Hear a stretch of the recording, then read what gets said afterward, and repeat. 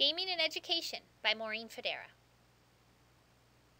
The challenge question I propose is, what are some challenges and strategies to incorporate gaming in education?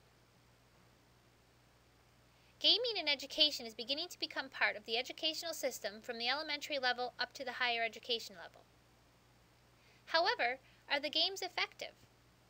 Are the strategies for implementing a successful game design being used?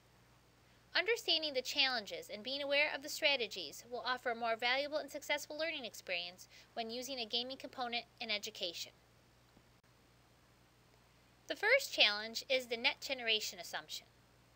The term net generation or gamer generation, defined by Biebrick, Wormlink, and Mayer in the article Reviewing the Need for Gaming in Education to Accommodate the Net Generation, is a generation that has grown up with computer games and other technology affecting their preferred learning styles, social interaction patterns, and technology use.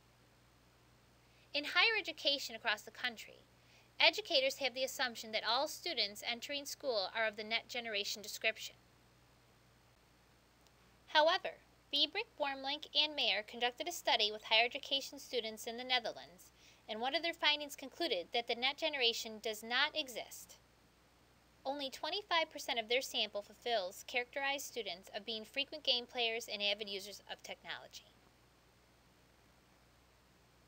Therefore, the strategy is to not assume that students entering college are tech-savvy or have experienced game use.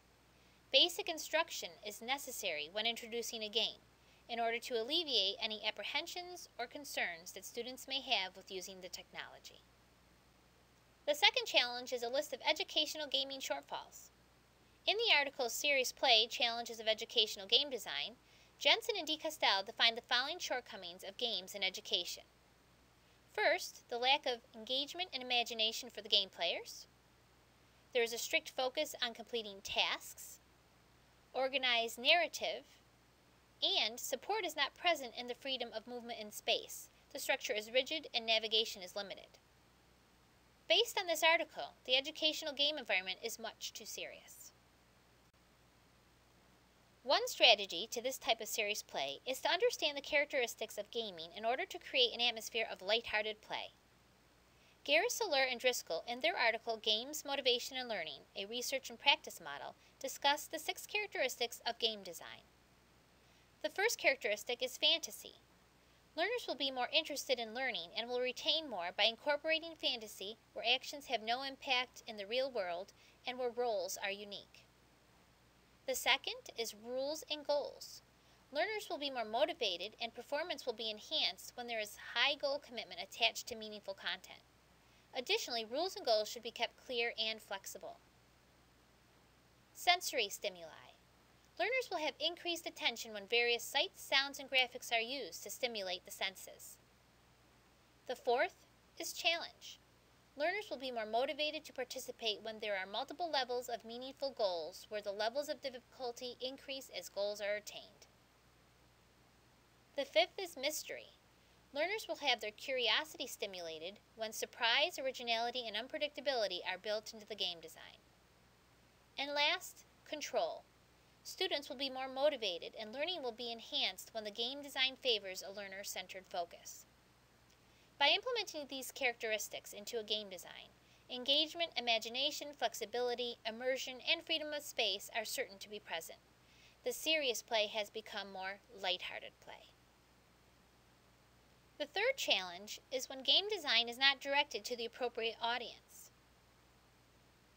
One strategy to ensure game design is directed to the appropriate audience is to understand the different learning content and the various game styles. Mark Prensky, in his article Types of Learning and Possible Game Styles, offers recommendations for the types of games to create based on the content to learn. Here are a few examples from his article.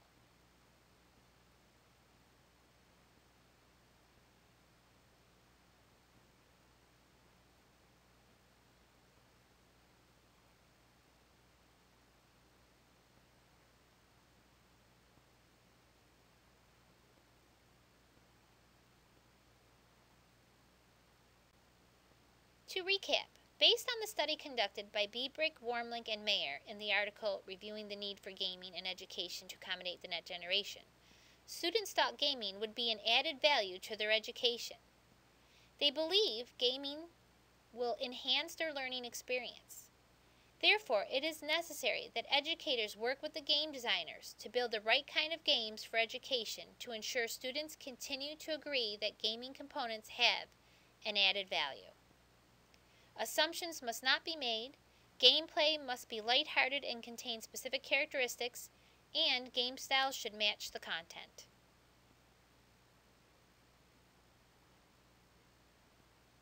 To summarize Mark Prensky in the article The Motivation of Gameplay, gameplay in education produces motivation to learn because it is every second engaging and challenging.